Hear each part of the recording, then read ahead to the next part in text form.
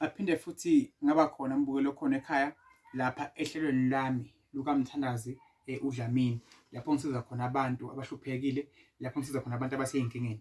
Mbukelo khona ekhaya uzokwazi-ke ukuthi-ke endulo kwakukhona into ezazenziwa ngabathandazi laba bendabuko ngokwesintu. Ngihlanganisa izinto nje ezingadingi into ey'ningi kakhulu. Njengoba ngingumthandazi, ngiwumuntu okholwa ukuthi nangibambela ngakhulela ngathandaza afuna kwenzeke lento osuke uyicela njengembukelo khona ekhaya. Buhambe kumlaphi wendabuko uyofuna impilo yakho. Mhlawumbe uzana amakhandlela amaningi or amabili or uzana amanzi. Ngise uzana amanzi. Ngifike ngibuze isibongo sakho, waba nesibongo? Cha, mina baba isibongo sami ngwakaDlamini, njengoba nami nginguDlamini. Bese ngithi-ke boDlamini, ikhasi sesekhawa mama wakho sithini? Mhlawumbe uthi wakandlela, njengoba nami ngingwakandlela. Bese ngithi Nkosi yamakhosi egameni lakho Jehova namandla, uNkulunkulu ongcwele, nangu umlaleli khona ekhaya, uNkulunkulu laphakade. Jehova namandla mkhwesabeka, nangu sokukhona moya onkazimulo, uyacela bondlela, uyacela boDlamini, hlangana nibe into yodwa empilweni yakhe, nimkhanyisele, nimsindise, mpheni amandla okuphila, lazi ukufala ekhaya kuthole bese yaphumelela egameni laphakade. Haleluya. Bese ngiva ukuthi umoya uthini uma ngikhuleka ngenza lo moya uthini mangibuka lento bese ngiyabona ukuthi okay, khona ungahambi kahle la entweni zakho. Besiphila ke thina noma baphila abantu abadala ngilandela amasiko. Ela kuthiwa khona kufuneka kwenziwe into ethile nethini, mhlawumbe unenkinga ekhala nesibhobo nangamahlaba. Bese ngiyakha njengoba ngiphethe libovu nje kanje. Lokhu umbukelo khona ekhaya kunamandla kakhulu, ngakuthathi kancane. Ngisakafika emthini nasentweni eziningi ngisasebenza ngelibovu. Bese ngiyalikha mhlawumbe ngifaka izimba isimo sakho engisibona esibi, mhlawumbe sebungozi esingahambi kahle. Bese ngiyafaka kanje, sengiyaduka emva kwalokho. Ngibuye ngithole nemcaco omhlophe, iwona ke lo. Umcaco omhlophe njengamanje umlalelo khona ekhaya. Bebaphila abantu abadala, bangakutshela futhi nabo baphila ngendlela esimanga. Baphila kakhulu abantu abadala. Sibuye sifake ngapha. Baphila kakhulu abantu abadala ngendlela engokuyicaba inhlabathi le. Kuthiwa umcakaco waseZayoni. Leli libovu leli. Libovu leli umlalelo khona ekhaya. Angithi siyaphilisa. uNkulunkulu waphilisa umuntu ngodakwa lifaka ebusweni bakhe, kwase umuntu uyaphila emva kwalokho. Sehlulwe yini thine lelo khona ekhaya. Uma singaqhubha le mpilo yakudala ngokweqiniso, abantu bawuphumelela ngendlela efanele. Osemakhosi ngikhulela izibhobo, ngikhulela ukugula, ngikhulela amasha nalaba abangamfuni. uNkulunkulu amandla bawuxabana bona bodwana bese bakhona ukuphila ngegama kaJesu Kristu waseNazaretha.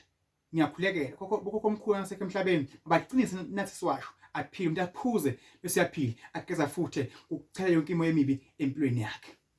Libovu liyingozi, inhlabathi ebovu le iyingozi. Ngani? Mase ngikhuleka ngizawubeka lokhu kanje, ngibhejane nani nabaganga ngawe. Libovu bamba la inhlabathi emathuna, lento igujwa emathuneni ephuma lephansi yakhiwe, iyingozi. Khulekela inhlanhla, khulekela impumela bekhona ukukhanya Nkosi yamakhosi yasemazulwini, mavuleke inhlanhla ezulwini.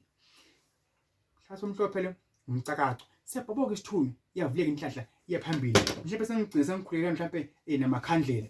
Ngiyathi leli mhlophe leli libe inhlanhla leli libovu mele ini laba abalwa nawe. Umbukelo khona ekhaya bekuphilwa ngendlela efanele. La ngiphethe impepho.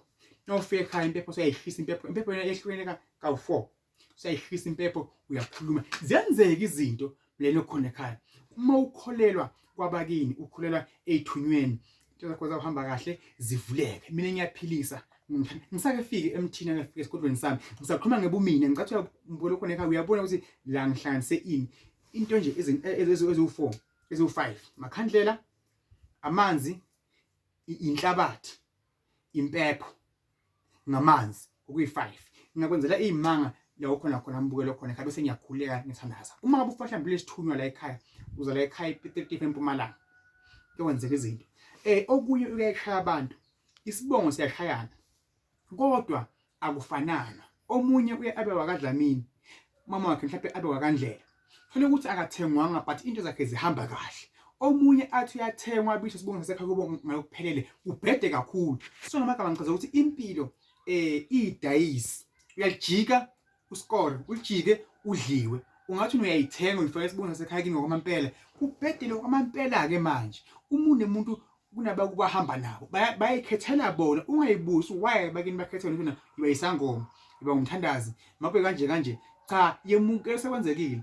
abazali abakhona emakhaya abantwana babo mabavumele uma ngabe behlelwa yini imimoya yenhlanhla, imimoya yey'thunywa, ngoba lokho kudale inxushunxushu egcinga konke. Lelo khona ekhaya yilo namhlanje kuphathele kona ukuthi sisaphila ngoludala. Ungayeke ngama-coins, imali enikelwayo kulena besiyahamba le mali yofaka kuphi ezibeni, imali emaphepheni nje engiyibeke kuphi lapha esihlahleni sami, ngoba umuntu nemuntu uney'fihlo yakhe, umuntu nemuntu unendlela yakhe yokuphila emhlabeni. uNkulunkulu anibusisa ukela bakhona emakhaya, into zenu zikhanye zivuleke. Ngithemba uNkulunkulu anibusisa ngoku enifisile. Okhuluma umthandazi uDlamini. Ngicela bonke abantu abangabalandeli bami uNkulunkulu ababusise, nalabo abangasebalandeli bami uNkulunkulu ababusise. Ngikhulekele e-America abantu bakhona ngeke babangendela kakhulu, nalapha eZimbabwe, naseBotswana, naseSwazini, South Africa wonke. Ngithi chubekani nilandele, nizawuthola umehluko, nizayibona imichubela eyaphambili. uNkulunkulu uyoba kunye nani. La khaya ngiyatholakala uma ngikhona, kepha-ke ephekweni yakhe lesiningi ngamseba kuphi kuba lapha eGoli endaweni yakuphi seSoweto. Ngithini Nkosi yami, balaleli bami, ngiyanithanda kakhulu. Ungumuntu ngabantu, inkosi nibusise nisekhona emakhaya. Lo esengikusho njengamanje uzoniphumelelisa. uNkulunkulu abe kunye nani. Ngiyabonga. Haleluya.